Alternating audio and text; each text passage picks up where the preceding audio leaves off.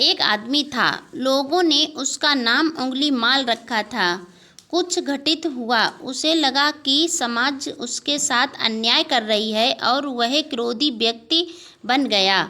जब आप युवा होते हैं तब आप सोचते हैं कि सब कुछ आपके लिए अनुचित है, इसीलिए वे समाज से नाराज हुए और उन्होंने प्रतिज्ञा ले ली, इस शहर में जो उसके साथ अन्याय हुआ था वह 101 लोगों को मारने वाला था और उनकी एक उंगली काटकर उसे अपने गले में माला के रूप में पहनने वाला था।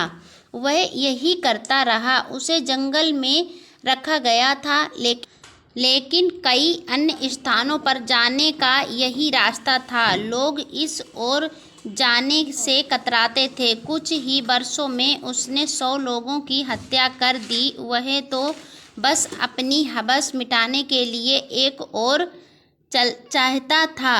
एक दिन गौतम बुद्ध इस शहर में आए। अब तक क्योंकि वह इन उंगलियों की माला पहनता था, वे उसे उंगली माल कहते थे। इसका मतलब है जो उंगलियों को अपने माला के रूप में पहनता है। अपनी प्रतिज्ञा पूरी करने के लिए उसे बस एक और उंगली की ज़रूरत थी। गौतम बुद्ध आए और उन्हें उसी रास्ते से जाना था। लोगों ने कहा, इस ओर मत जाओ, यह कोई आदमी नहीं है, यह एक जानवर है। यह कोई ऐसा व्यक्ति नहीं है जिसके पास जाकर आप शिक्षा दे सकें या उसे ध्यान मग्न कर सकें। मत जाओ, क्योंकि वह केवल एक और जीवन चाहता है। हम नहीं चाहते कि आपका भी वैसा ही हो। तब गौतम ने कहा, अगर मैं नहीं जाऊंगा तो कौन जाएगा, और वह अधूरा रह जाएगा, और वह अधूरा रह जाएगा। उसे बस एक और उंगली की ज़रूरत है, मुझे जाने दो।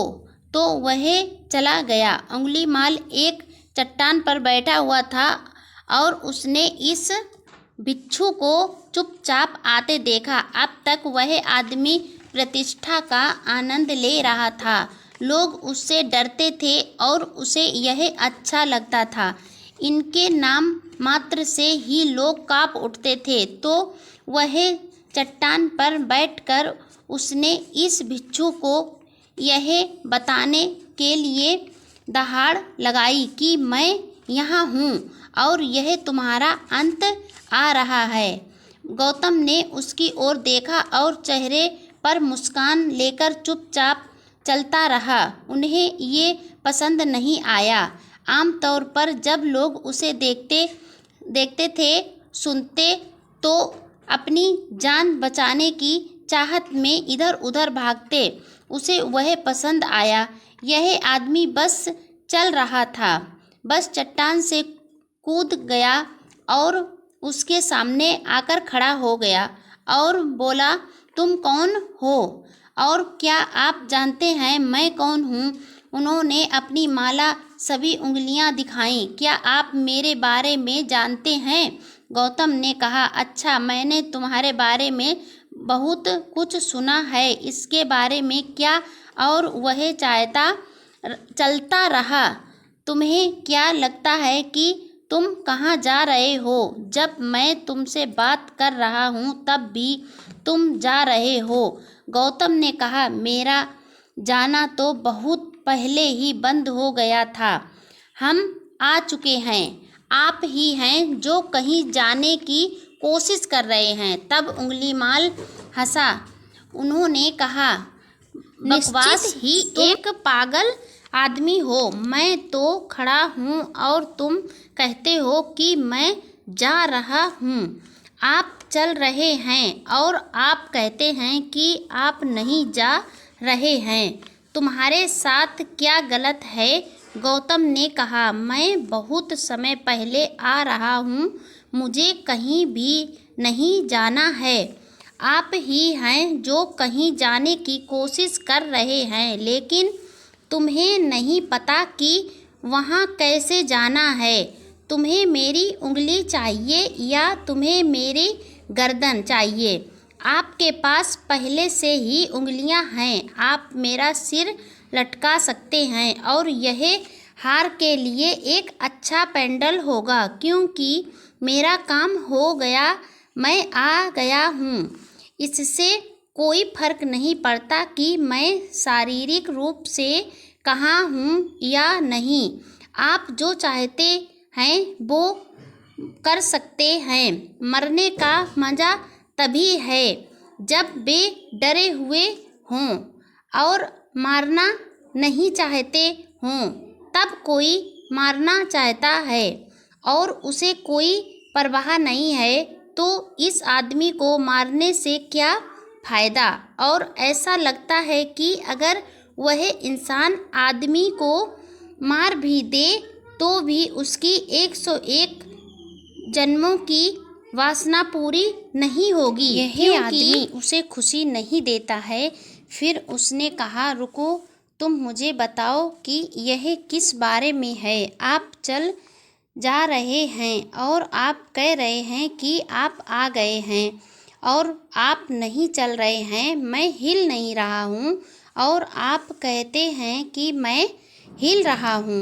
आप अपने तरीके से पूर्णता की तलाश कर रहे हैं। 101 में पूर्ण हूँ, यही बड़ा अंतर है और तुम मेरी जान ले सकते हो। अगर तुम्हें लगता है कि तुम संतुष्ट हो जाओगे तो ऐसा करो, क्योंकि मेरा काम लोगों को संतुष्ट करना है। यदि यह इतनी आसानी से होने वाला है कि बिना किसी उपदेश के केवल मेरा गला काटने से तुम्हारी पूर्ति हो जाएगी, तो बस करो। समस्या क्या है? तब उंगलीमाल उनका शिष्य बन गया। गौतम ने कहा, तुम्हें उस नगर में जाना चाहिए जहाँ से तुमने 100 लोगों को मार डाला है। गौतम के भिक्षुओं को विक्स कहा जाता था। भिक्खु का शाब्दिक अर्थ भिखारी होता है। उन्होंने उसे एक पीला कपड़ा और एक भिक्षा पात्र दिया। उन्होंने कहा, शहर में कुछ खाने की तलाश करो। एक छोटे शहर में 100 लोगों की मौत का मतलब है कि लगभग हर परिवार ने इस आदमी के कारण किसी को खो दिया है। अंगुलीमाल एक भिक्षु के रूप में शहर में आया। लोगों ने यह देखा और वे भयभीत हो गए। वे नहीं जानते थे कि वह क्यों आया है। वे सब अपनी छतों पर जाकर खड़े हो गए, क्योंकि उन्हें डर था कि वह क्या करेगा। फिर जब उन्होंने देखा कि वह बस में हो गया है, वह पहले जैसा खूंखार आदमी नहीं रहा, तो उन्होंने उस पर पत्थर फेंकना शुरू कर दिया, क्योंकि प्रत्येक परिवार ने उसके लिए किसी को खो दिया था। तो उसने जारी रखा। पत्थर उस पर लगे और उसके पूरे शरीर में खून बह रहा था। फिर जब पथराव कुछ ज़्यादा हो गए तो गौतम आए और लोगों को रोकने के लिए कहा और कहा, यह वही आदमी नहीं है, यह आदमी मेरा ही विस्तार है। तुम मुझ पर पत्थर फेंक रहे हो, अभी रुको। इस आदमी को मारने का कोई मतलब नहीं है, क्योंकि इस आदमी को बहुत कठिन तरीके से एहसास हुआ है। अब आप इस आदमी को मारकर बर्बाद नहीं कर सकते। अंगुलीमाल एक सितारा शिष्य बन गया और पूरे देश में जाकर बुद्ध के जीवन जीने और जानने के तरीके का प्रचार करने लगा। लेकिन वे उसे अंगुलीमाल कहते रहे, क्योंकि वह उन अंगुलियों को अपने गले में पहनता था।